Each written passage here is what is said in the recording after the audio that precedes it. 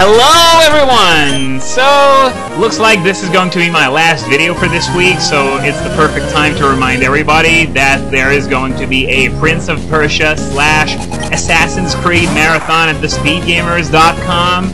Starts on Friday at 7 p.m. Eastern, 6 p.m. Central, and they're raising funds for the Gulf of Mexico Restoration Network, so if you want to donate a few bucks, well, feel free to do so. That's why they're doing those marathons. After all, and between marathons you can always donate towards the Speed Gamers HQ. The donations for that have been stagnant lately, so hopefully we can manage to get some funding for that pretty soon, but they're not going to raise money for the HQ as well during the marathon, not to confuse people. All the money that's going to be collected during the marathon is going towards the Gulf Restoration Network. And I gotta say one thing, it's about high time that Black and White come out, because it's starting to get into my dreams! No, really! Okay, oh, this guy here is going to give me the Snatch TM. Snatch is a rather obscure move that's not used very commonly, where you can use, well, what Snatch does is that if your opponent does Swords Dance, for example, then you can basically steal the effect of Swords Dance so that you get the effect and not your opponent. But since it's very impractical, since it requires perfect prediction, and it's completely useless against anything that doesn't use stat-ups, well, that's why it's not commonly used. And I wanted to make a beeline for that trash can in the corner that has leftovers in it, but I think I'm gonna be forced to fight that trainer, not that it really matters.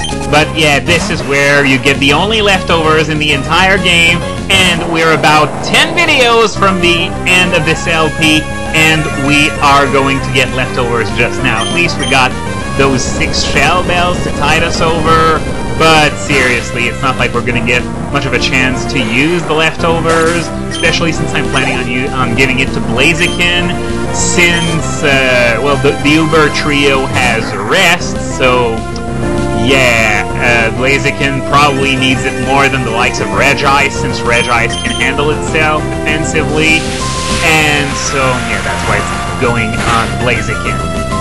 But, yeah, as I was about to say, I actually had a dream about Black and White last night. It wasn't a dream about the game itself, rather I dreamed that Sarah B revealed a bunch of new Pokémon, and among them there were an assload of babies. There was a baby Zangoose, a baby Seviper, there was also a baby Shuppet.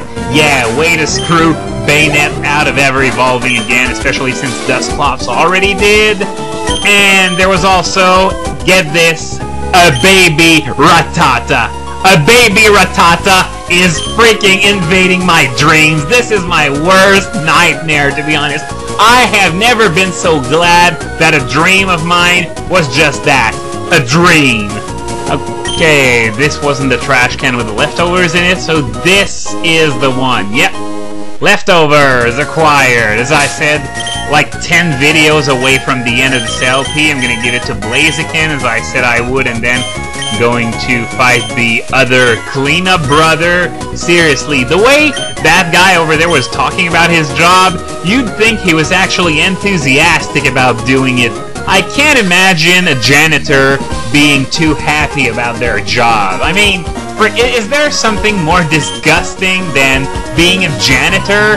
I mean, I have nothing against janitors, especially since they do the job we would rather not do, and they deserve a lot of kudos for that. But seriously, that's not a job I would really enjoy doing. Who says when they're a child, when I grow up, I want to be a janitor? So, yeah, hats off to janitors everywhere for actually doing the sacrifices that we have no balls to make. So, yeah, after this fight, well, the ship's still going, and the way to stop it is the exact same as the SSN in Red, Blue, and Yellow, and the SS Aqua in World Gold, Silver, Crystal. You just have to go take a nap, and when you wake up, you can disembark from the ship. But it's funny how you never oversleep. Like, For example, we're going to Lily Cove, okay? Let's say I oversleep and I end up by mistake on the trip back to Slateport. And it's not like anyone actually comes to wake me up or something like that, so hey, it could happen. But somehow, I always wake up at the exact moment when it's time to disembark from the ship. So yeah, this is exactly going to be what I'm going to do. And we're going to end up in Lily Cove now, so remember, our next destination is the Battlefront here, but it wasn't unlocked the last time we talked to that lady at the harbor, so this time, now that we've actually talked to Scott, we can go to the Battlefront here. So we're as I said several times, and people still keep asking me, even though I said several times I wouldn't battle in there, I still keep getting asked that same question. Are you gonna battle in the Battlefront here? No, I am not going to. Thank you. So now this woman here is going to, I think, give me the Frontier Pass, which is basically a map of the Battlefront here, along with an area to display the emblems that you get by defeating the various Frontier Brains. Those emblems are sort of the equivalent of gym badges, except for the Battlefront here. So, no!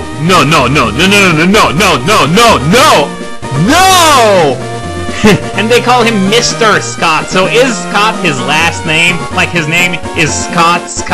Kind of like how Mario is actually called Mario. And before you ask, no, it's not a creation from the movie, because Miyamoto once said that Mario's last name is Mario. Besides, they're called the Mario Brothers. So when you talk about the something brothers, you usually refer to them by their last name. So the Mario Brothers would imply that Mario is Mario's and Luigi's last name. So this woman is going to tell me a bit about each of the facilities in the Battlefront here. There are 7 in total, not 1. And the description is very, very short, because they're keeping the actual rule sets of the each facility for the facilities themselves. So here you just get the facts like they're offered. Sorry, I can't pronounce today.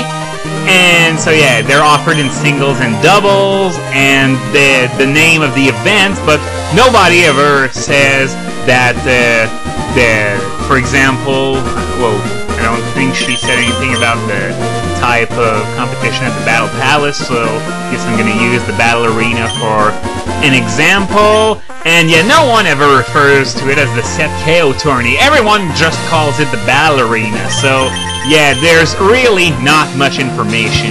It's like, there's a lot of text, but she really isn't saying anything at all. But that's not a problem. We're going to be covering each of the facilities in more details as we explore them. So don't worry too much about that. And okay, is the building shaped like a Pokémon? She's not even telling which Pokémon it's shaped like, but I'm gonna tell you it's a Seviper. Thank you very much. And the Frontier Brain of that place, I think she's called Lucy, almost only uses snake-shaped Pokemon like Gyarados, Milotic, of course, Seviper. There's one exception, and that's Shuckle, by the way.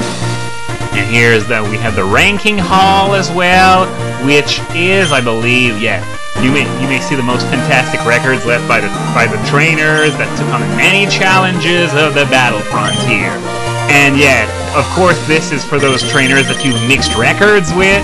And the Exchange Service Corner, which is everybody's favorite, because that's where you exchange the battle points you earn in the Battlefront here for fabulous prizes.